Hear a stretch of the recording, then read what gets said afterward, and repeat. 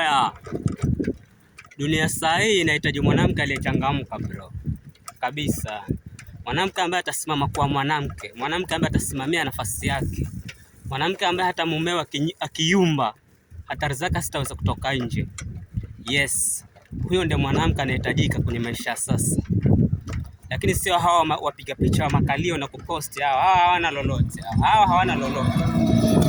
Hawa sana sana tunawatumiaga alafu tunawadampa. Yes. Usha kujiuliza kwa nini una date na jamaa ndani ya miaka 10 lakini anakuja patana na mwanamke ndani ya mwezi mmoja tu na wanaoana. Wewe unakaa urudi hapo anza kusema wanaume wote nyumba. No.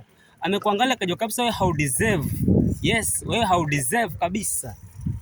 Ndio maana nasemaje tena? Dunia saa hii inahitaji mwanamke aliyechangamka, lakini sio mpiga picha makalio na kupost